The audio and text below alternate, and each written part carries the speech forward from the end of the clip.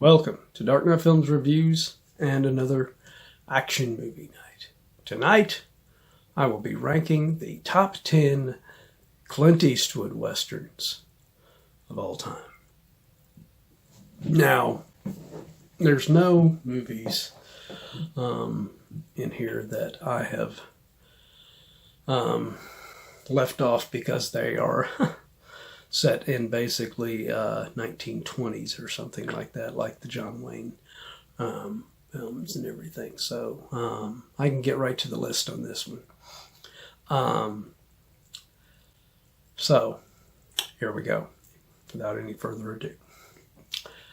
Number 10 for me in Clint Eastwood's Western movies is going to have to be The Beguiled from 1971. Now, this is one of his more awkward Westerns that he did.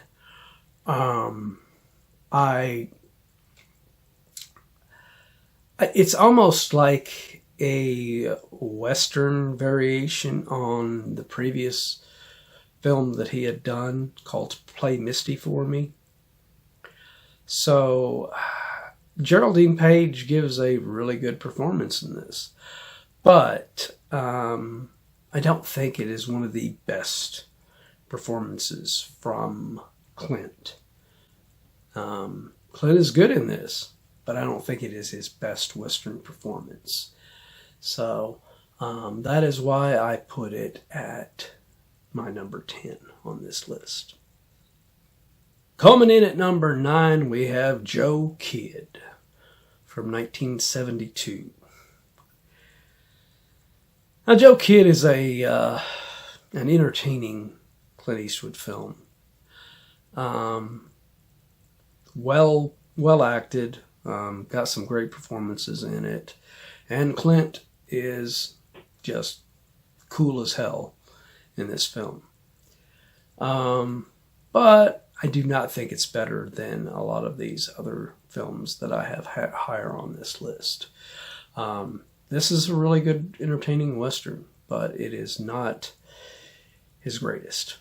So that is why it hits my list at number 9. Coming in at number 8, and this might be controversial for a lot of people, but my number 8 is Unforgiven from 1992. Now, this is one of those films that Clint Eastwood not only played in, but he also directed in his career. He did this with 4 films in his career of making Westerns. I love this film, I really do. But aside from, a pretty entertaining middle point and then a really good ending, this movie is very slow. It is very slow and methodical. So it makes it a bit a slodge to go through. I went and seen this movie in the theaters back in 92, and I was entertained enough. It's not like it bored me at the time, but upon rewatch, it is not. Other than the ending and parts in the middle, like I said, it is very slow. It is a very slow film. It is not a very action-oriented film, and that's fine for a Western, but it brings it down on my list as far as entertainment value. It's well acted. You have great performances in this. Not only is Clint given a great performance in this, you have Morgan Freeman giving a great performance, Gene Hackman giving a great performance, Richard Harris giving a great performance in this. But like I said, it is just hampered by that slow, methodical runtime and everything to it. All right, coming in at number 7, we have A Fistful of Dollars, released in 1964. Now, Fistful of Dollars is the first of Clint's spaghetti westerns in which he worked alongside Sergio Leone. And it is a fun film. It is a fun film. And it is deserving to be on a top 10 list. I've seen this film on a lot of Clint Eastwood top 10 lists. But I think it is probably the weakest of the Man with No Name trilogy. That being said, it's still a fun movie. I don't think this one has as strong a villain as what the future films in this franchise has. And that is one of the reasons why it makes the number 7 on my list. All right, coming in at number 6, we have For a Few Dollars More, released in 1965. Now, I think this one with Sergio Leone working with Clint, I think it improved it.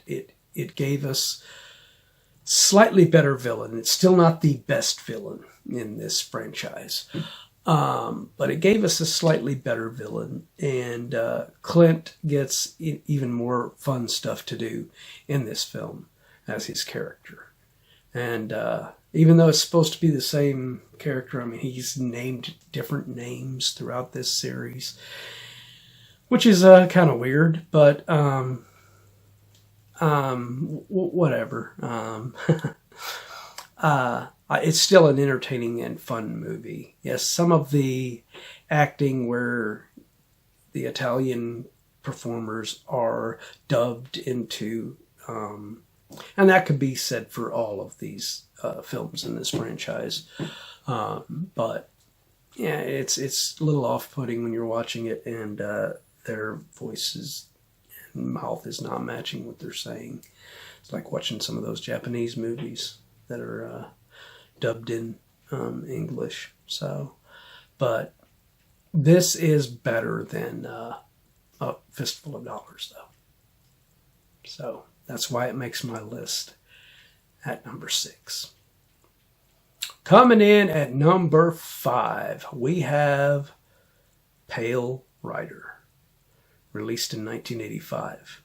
Now, this is second on my list that Clint Eastwood directed as well as starred in. Now, this one has a bit of a more supernatural feel to it because Clint rides into this town and is more a mythical figure that could be a ghost. Maybe not. Who knows? But it's left to your imagination to whether or not this is a supernatural character or not. But yes, this movie is a really great film in Clint's Western films. And that's why it makes my list at number 5. Coming in at number 4, we have Hang 'Em High, released in 1968. And this is a fun film. Clint is really cool in the character that he's playing in this. You're going to hear that a lot with Clint. Because Clint's usually always playing, the really cool, laid-back, badass characters in his films. So, Hang 'Em High is no different. I mean, his character is just so gruff, so tough, and so badass that it's just a joy to watch him, knocking heads and everything, and of these dipshits in this town. And there's not much more I could say about this one. This one is a really great Clint Eastwood film. If you've not seen it, you need to see it. It is Awesome. All right, coming in at number 3, we have The Good, the Bad, and the Ugly, released in 1966. Now, this is the final film in the trilogy of the Man with No Name series, and it is the best in my opinion. You have a great villain. I don't know if you might consider 2 villains in this, but you have you have Lee Van Cleef and Eli Wallach in this thing as your villains in the story, and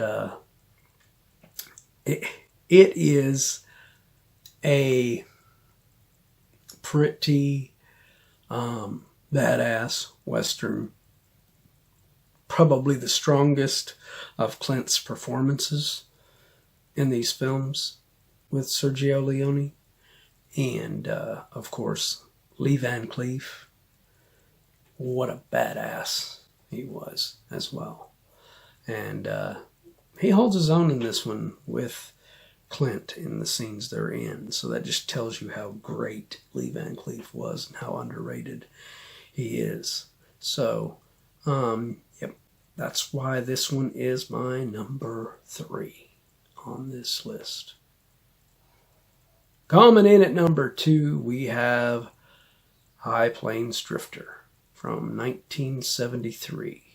This is the 3rd film on my list that is directed by Clint Eastwood. Now, this one is a film that kind of similar to his later film, Pale Rider. His character rides into the town and causes some confusion and havoc. The townsfolk don't want to take action and help, of course. It is up to Clint basically by himself to deal with the outlaw element in this film. And the action in this is just so fun and enjoyable. I enjoyed High Plains Drifter. I've always enjoyed this film. It is one of my favorite Clint Eastwood Western films. But it's just not, it doesn't make my number 1. So, my number 1. My favorite Clint Eastwood movie of all time in the Western genre is The Outlaw Josie Wales, released in 1976. This is the 4th film on my list, directed by Clint Eastwood, and I think it is his best. I think it is his best just because of it. It's more of an exciting, engaging, fun, great story. His character of Josie Wales is great, and he has a really kick-ass actor to kind of have in contention against him with John Vernon. And John Vernon is really good in this film, pursuing Josie throughout the film. They only have a couple of scenes together, but when they do have those scenes together, it is very, very fun and intriguing watching those scenes. He's got the first move. I owe him that. I think I'll try to tell him the war is over. But Sandra Locke was in this. Not really a big fan of hers per se as an actress. I don't think she was that good of an actress. And she got a lot of roles thanks to her being in a relationship with Clint and everything. So he helped her out quite a bit throughout her career. But she doesn't hurt this film. I mean, this film is still, in my opinion, one of Clint Eastwood's greatest westerns of all time. Why, you're gonna pull those pistols or whistle Dixie?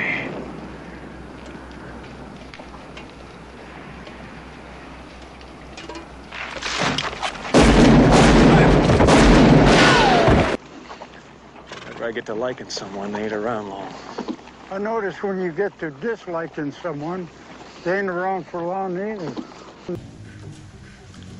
You a bounty hunter? Man's got to do something for a living these days. Dying ain't much of a living, boy. Incredible film.